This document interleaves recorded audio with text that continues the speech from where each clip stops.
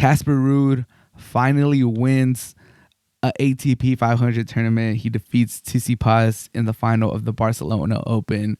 And, I just want to give him his flowers. I just want to come here and give him his flowers. He's lost Roland Garros final. He's lost the US Open final. He had a chance to be the number one in the world.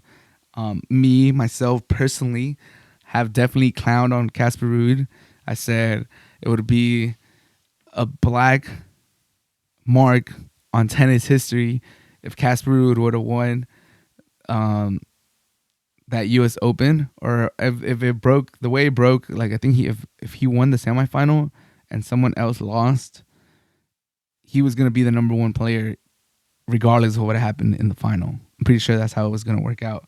And I was just like, that would be a black mark on tennis history if Casper Ruud could say that he was the number one player in the world at some point without winning any slams, without doing anything.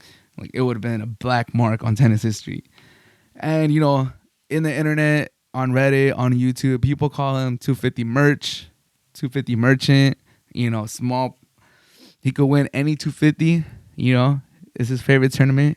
He's the king of the 250, but 500s, Masters 1000s, slams, he's just not built for it. And, I kind of, I'm not going to lie. I said, I kind of agreed with that.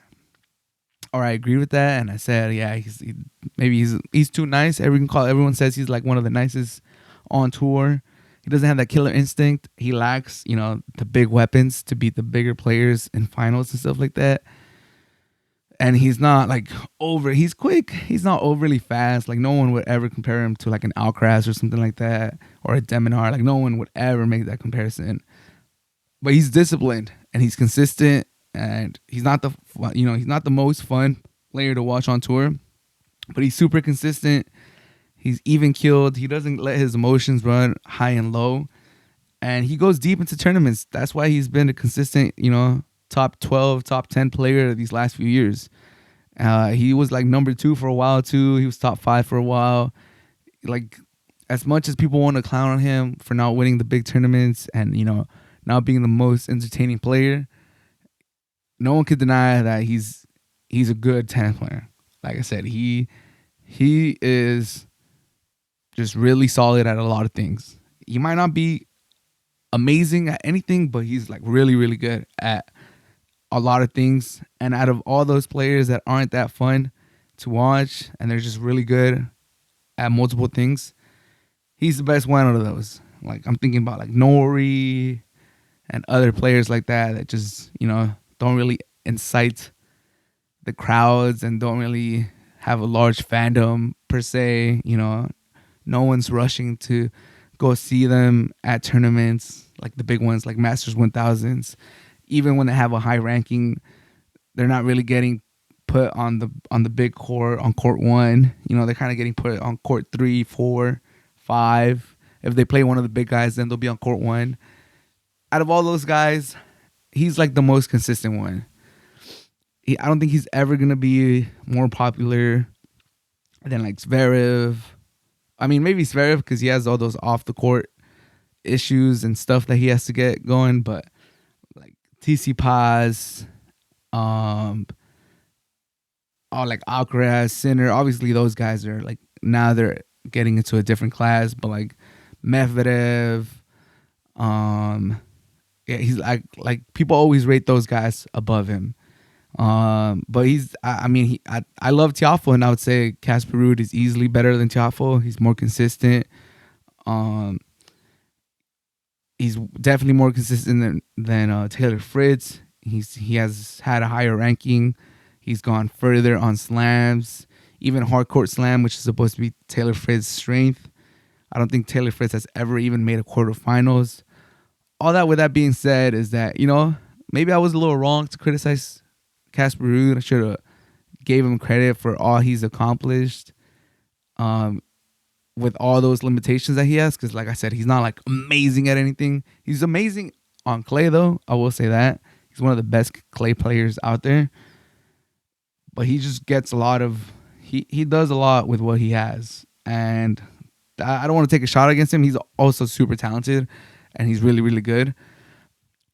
But I'm just comparing him like with his own class. Obviously, I'm not comparing him with like, out of the top 50 or all the other players. I'm saying with like the top 10. Like I'm comparing him to the top 10 players, not like top 20, not top 30.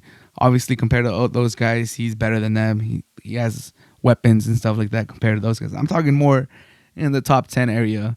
If you compare Ruud to the top 10 guys, they probably have more top end talent at certain spots. With that being said, he won his first 500 in Barcelona, so I gotta give him credit for that. And also, I could see Casper Ruud winning a slam.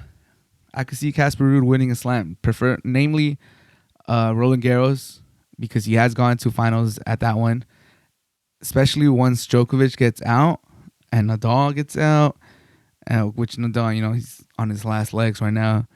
But once Djokovic and Nadal gets out, it'll just be people in his generation, Sinner, Alcaraz, maybe Rune, Deminar, those guys, people in his gen, and those new young guys, Rune, Alcaraz, Sinner, whoever, Nakashima.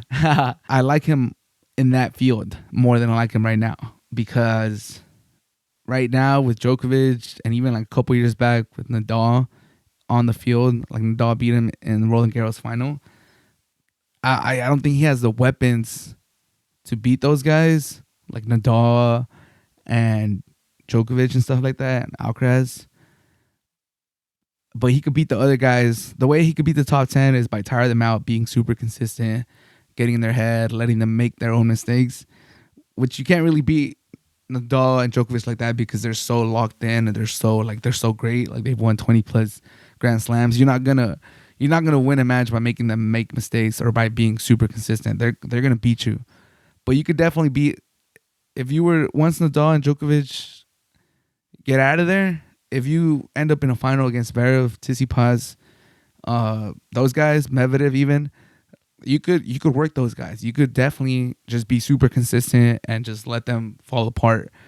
They're not the same level mentally. And the young guys could duke it out. We'll see how the young guys are in their head. Alcaraz has shown sometimes he could get a little erratic too. He could do a little too much stuff on the court. He doesn't pace himself well. He gets a little too tired. He cramps up. He goes for every point.